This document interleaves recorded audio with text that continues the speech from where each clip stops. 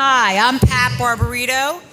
I'm a member of the EVA's Board of Trustees, and I once again have the privilege of serving as this year's Gala chair. And this year, I'm pleased and privileged to be serving with my friend, Francine Forgione. Where are you, Francine? There you are. Fran was also the 2002 recipient of our Where Hope Begins Award. So warm welcome to everyone.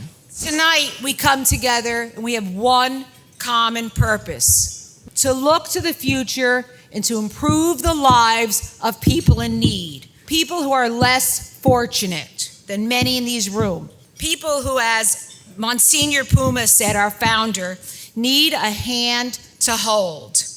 And as the saying goes, which has been part of EVA's history, when you take somebody's hand, you cannot let it go until they stand on their own 2 feet. So we'll start with our honorees, our deserving honorees, 3 of them. The life and legacy of Representative Bill Pascrell Jr., the advisory board of the Culinary School at Eva's Village, and Donnelly Construction. Their efforts, their generosity is what enables Eva's to continue their work and perform its vital work. They exemplify the belief that to make the world a better place, one must give of themselves selflessly. I am just so truly honored to be here tonight. Let me just also mention the fact that we, all of us, our 35th legislative delegation, both my colleagues and I are happy to see that right now here in Eva's Village, over the 4 decades or so that they have been providing so much needed care. I was born and raised in Patterson, lived very close to Eva's Village there. So it is so incredibly wonderful for me to be able to not only be supportive throughout all these years, but also to see the amount of growth and all of the work that they have done. It's with great emotion and love that I present to you this resolution, recognizing your father, recognizing all the work that he's done, and know that we love him, we know the kind of work that he did, and everyone here recognizes that Bill Pascrell was truly a legend to all of us. Thank you. Thank you. Good evening. I'm Assemblywoman Shavonda Sumter, and I have the esteemed honor of presenting a resolution to the Culinary School at Eva's Village. Good evening. It is indeed an honor to present this proclamation to Donnelly Construction. Thank you. We believe in the mission of EVA's to address hunger, homelessness, and mental health in the city of Patterson. I'm dating myself when I say that I've been supporting EVA's since Josephine was answering the phone and saying, "Eva's Village, where hope begins." Josephine is smiling somewhere up in heaven, and she often said, "This is where hope begins, but it doesn't end. Eva's is where hope endures." Thank you. Good evening, everyone, and it's a pleasure to be here with you, celebrating this evening's Visions of Hope Gala. Know that without you, it would not be possible to serve our community of men, women, and children who need our help daily. As many of you know, at Eva's Village, we serve individuals struggling with hunger, homelessness, substance use disorder, and mental health issues. Monsignor Puma is the founder of Eva's Village, and he lived to serve others and instilled into Eva's framework what you all heard: when you take someone's hand, you should never let go until they can stand on their own 2 feet. This thought process is something that was exemplified by Congressman Pascrell. Let's take a look at his contributions to Eva's and to the Patterson community. It is a true privilege to speak about Congressman Bill Pascrell Jr., a remarkable man whose life was defined by an unwavering commitment to his community and public service. Born and raised in the heart of Patterson, New Jersey, Bill Pascrell embodied the spirit of this vibrant city in everything he did. Whether in local government or on the national stage, Patterson was always at the core of his mission. From his early service in the U.S. Army and the Army Reserve To his role as a high school teacher and member of the Patterson Board of Education, Congressman Pascrell always sought to uplift the next generation. As mayor of Patterson, he worked tirelessly to improve the lives of his fellow citizens, revitalizing parks, strengthening public education, and fostering a deep sense of community pride. What made Congressman Pascrell truly special was his deep appreciation for the people and organizations dedicated to helping Patterson thrive. He recognized early on the transformative work of Eva's Village, which began as a modest soup kitchen in 1982 and quickly grew into a lifeline for those in need. As the demand for our services grew, we knew we needed more space to support our mission. Congressman Pascrell stood by our side, helping us to secure funding from the state to create a new, larger footprint. His belief in our work was constant, and his support made a lasting difference. I think Bill had a personal connection to Eva's because he felt like it was his own. He felt like he was part of Eva's from the beginning as far as watching the building go up and watching it expand here in Patterson. He really listened to those who were less fortunate. He listened to those, whatever their status in life was, it really didn't matter. He really wanted to know what was best for them, what was best for the community, what was best for his state, which is no different than Monsignor Puma, who always looked out for those less fortunate and truly felt he wanted to do something that would make their life better and not provide just a meal, but provide a way out of poverty. Congressman Pascrell spent countless days, weeks, months, and years traveling to Washington, D.C. But he always came back to his roots. He always came back to Patterson, where he would roll up his sleeves and serve meals in our community kitchen. He just didn't serve meals in our kitchen. He connected with the people that were there. People that oftentimes folks in our community wouldn't look at them, would pass them by, wouldn't engage with them. But Bill Pascrell shook their hands, poured them beverages, and engaged in conversation, and knew many of them by name. While his accomplishments in Congress are many, from championing the rights of first responders through legislation to securing the Great Falls as a National Historical Park, his heart was always here in Patterson. Bill Pascrell Jr. was more than just a public servant. He was a beacon of hope for New Jersey, and especially for Patterson, leaving behind a legacy that will inspire generations to come. His unwavering dedication to his community and belief in the power of public service serves as a reminder of the difference one person can make.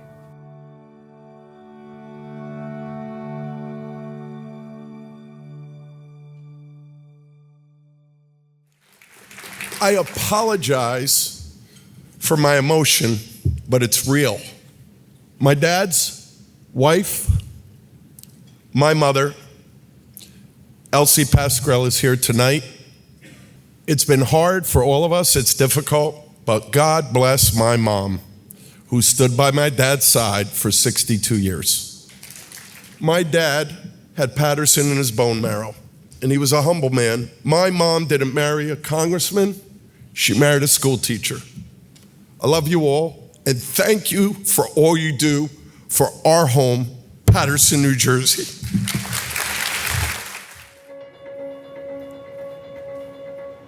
The culinary school at Eva's Village is a place where people get second chances. They come here to learn skills on how to prepare food and how to work inside of a restaurant or other food service establishment. We give the opportunity to individuals who are, underserved. Our students are immersed in the actual preparation of the food items. Their internship is actually hands-on. So they come out of there with not only the academic knowledge of culinary arts, but they come out with the hands-on knowledge. The culinary school works as a workforce development program by teaching the basics, where a student after graduation can get a better job if they're already in a job, or get their foot in the door. We have a culinary advisory board that's been with us for years. Predated my arrival here, but let me say this. It is undoubtedly one of the most qualified group of individuals that we could assemble. They have connections in the food service industry, so they can help our students find employment once they leave here, and they help us translate the academic and theoretical to the practical because they've lived it. We've had members that are that owned hotels. We've had members that are part of food service operations, restaurants that are chefs. So they're very instrumental in creating a network for us here at the school. I am Peter Keller. I was actually born into the hospitality business, and I worked in our family's hotel and restaurants my entire career. I retired about 2 years ago. My name is Michael Watson. I joined the United States Coast Guard and went to culinary school at the United States Coast Guard. We were trained by Culinary Institute chefs. I was a district manager with Aramark, my last job before I retired. My name is Phil Mortillo. I graduated from Johnson & Wales University in Providence, Rhode Island, and I worked 25 years for Aramark Corporation in the food service industry. My name is Scott Pizzaro. I'm a district manager with Aramark. I went to Johnson & Wales University in Providence, Rhode Island, and I always had a passion for the restaurant business. I worked in restaurants and have a degree in hotel restaurant management. My name is Mark Schmidt. I know what end of the fork to hold. So it's more of a user than it is any professional background. The Culinary School Advisory Board has given us a good understanding of where we came from and where we need to go now. We can build that bridge together. The advisory board was instrumental to helping to shape and mold the vision and the pathway for this school. I value their opinion, I value their advice, and they've really been there for me, in getting this school off the ground to reopen it. The most rewarding thing about serving on the board is seeing the growth of the program, seeing the impact that the school has on the students' lives. It's just heartwarming to see that they're starting from something that when they finish the school, there's going to be job placements for them. It's just so fulfilling for me, being able to give people another shot. We can help them create a skill set in culinary arts or in the industry where they can find a job. So for me, it's about giving back. What brought me to it was the desire to give back for many blessings I have in my life and to also find ways to help others. So it was a good journey. When you give to Eva's Village, you're giving people a chance. And when clients come to Eva's Village, we help to give them a chance. And as you can see from the results of programs like the Culinary School, people's lives get changed. And that's a miracle. Everyone, my name is Phil Mortillo. I'm a board member at Eva's Village and chairperson for the advisory board of the Culinary School.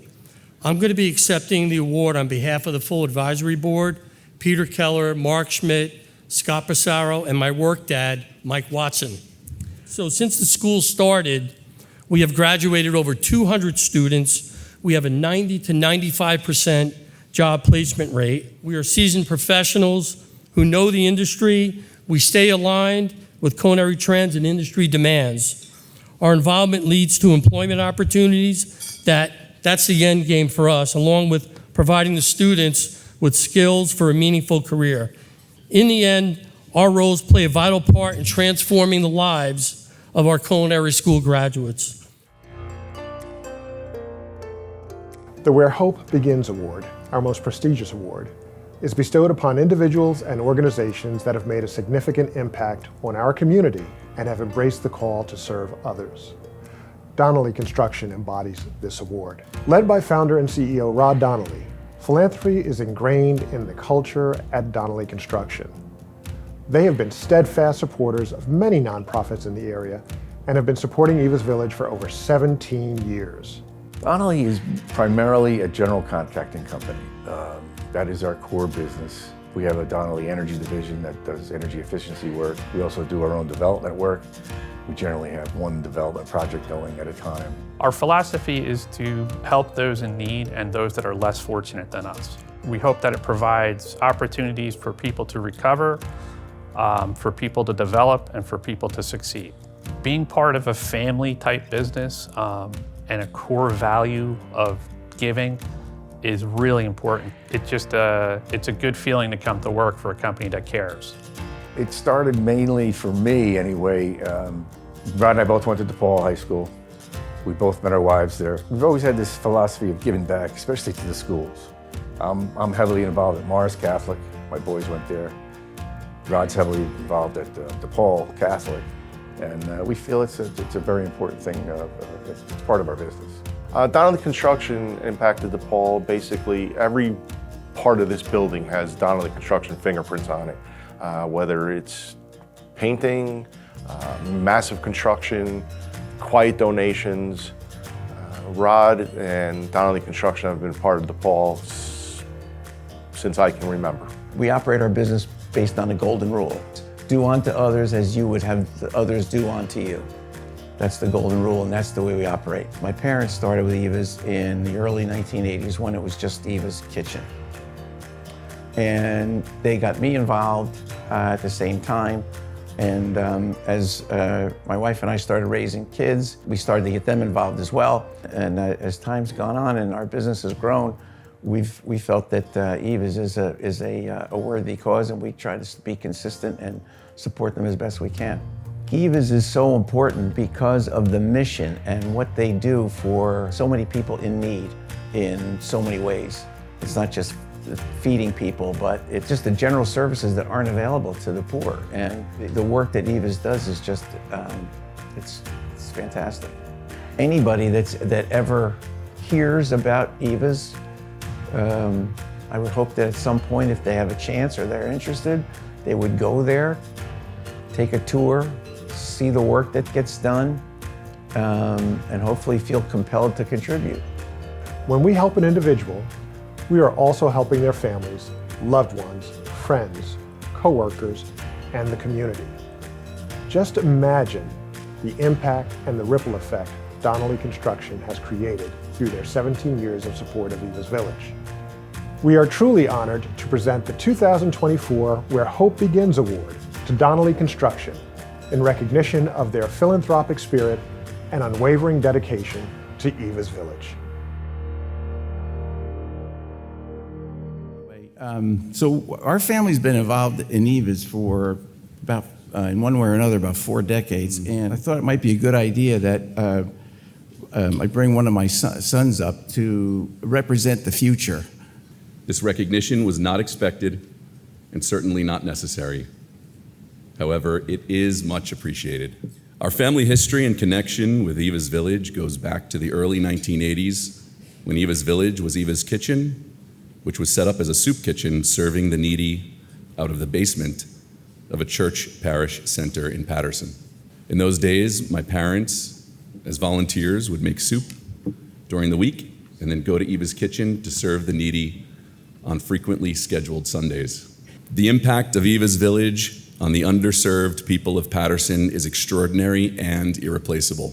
My name is Francine Forgione. I am a longtime supporter of Eva's, and I am proud to co-chair this year's Visions of Hope Gala alongside Pat Barbarito. As a previous recipient of Where the Hope Begins Award, I would like to extend my heartfelt congratulations to all of the honorees. You are an inspiration to us all. Thank you for your compassion, and thank you for supporting Eva's Village. Let's look at how Eva's Culinary School empowers its students to create successful, happy lives. The Culinary School is a place of second chances, just as Eva's overall is a place of second chances. To get away from imprisonment, to get away from substance use disorder, to be able to see a future for themselves. This is an opportunity for them to start a new chapter in their lives. We teach basic bake shop, catering, hot food production, breakfast cookery, things that they would need on a day-to-day basis in any restaurant or hotel. When I hear them say to me, oh, you know, like I got this internship or I got this job, I think that it's worth it for me to know that a part of me has something to do with that success. We have students that have opened, you know, food trucks, their own business, involved within New Jersey CDC with the youth program. If you want to advance, if you want to try something different, if you're interested in food, it's a great opportunity for anyone. Growing up, I was very fortunate to have had both my grandmothers living with me, one upstairs and one downstairs. So I had the best of both worlds as far as food was involved. There was always a meal for me. I never thought I would be where I am today, although I was always interested in cooking. Being interested in cooking and being in the culinary industry are two completely different things. I had struggled years prior. I also had a brother that had pancreatic cancer and passed away at 38 years old, right after my wedding in 2010. I had to take care of my mother because losing a child, I mean, it's got to be one of the worst things that could possibly happen to someone. You know, and then all we had was each other. In 2016, my mother was diagnosed with ALS. It's also known as Lou Gehrig's disease. And my life as I knew it just fell apart. I'd quit my job to become her full-time caretaker. And in the meantime, taking care of her, I wasn't taking care of myself. I don't know if everybody has the same relationships with their mom, but you know, that's the person you could trust with anything and everything you tell them. It doesn't judge you, doesn't, you know, always inspires you, is always encouraging you. I went through a very, very deep and dark depression after she passed away. Most people meet me, I have this bubbly personality. They can't imagine that I was someone that didn't leave the house, couldn't get out of bed, couldn't cook myself a meal. My husband was very concerned for me, so he brought me to the hospital. And I had spent over a week in an institution on suicide watch because I just didn't know how I was gonna go on. I really wanted to start my life over. I just had no idea how I was going to do it. I had a friend that said, hey, I know you love to cook. Did you know there was a culinary school over by Eva's Village? She had volunteered there several times in the community kitchen. Next thing you know, I was enrolled in culinary school. Everything that the chefs brought to the table was something each day I was excited to like get out of bed and go and learn something new. When we did fresh pasta, I was really excited to learn that. I'm Italian. My grandmother made it. I ate it. But you know, I wanted to learn how to do that from scratch. And ironically, I ended up interning at an Italian restaurant. Every day after my mom passed away was like climbing a mountain, okay? And when I entered the culinary school, that's when I got to the peak. And I was able to look out on the horizon. I was so fortunate that I was offered a position at one of the top 30 restaurants in the state of New Jersey, working under Mr. Robbie Felice. I spent 5 years as their in-home pasta maker and said, you know, maybe I should start making pasta and selling it, and how would I go about doing this? Came up with a name that I think really, really suits me and my journey. So I named my company Pastabilities. Next thing you knew, people were saying, hey, can you teach me how to make homemade pasta? Now I started teaching classes. I've never in a million years, even when I started school, thought I would have this kind of opportunity, this kind of culinary freedom, shall we call it. It's amazing. Showing up to that interview at Eva's Village was the first step in making my life what it is today. I don't know where I'd be without Eva's Culinary School.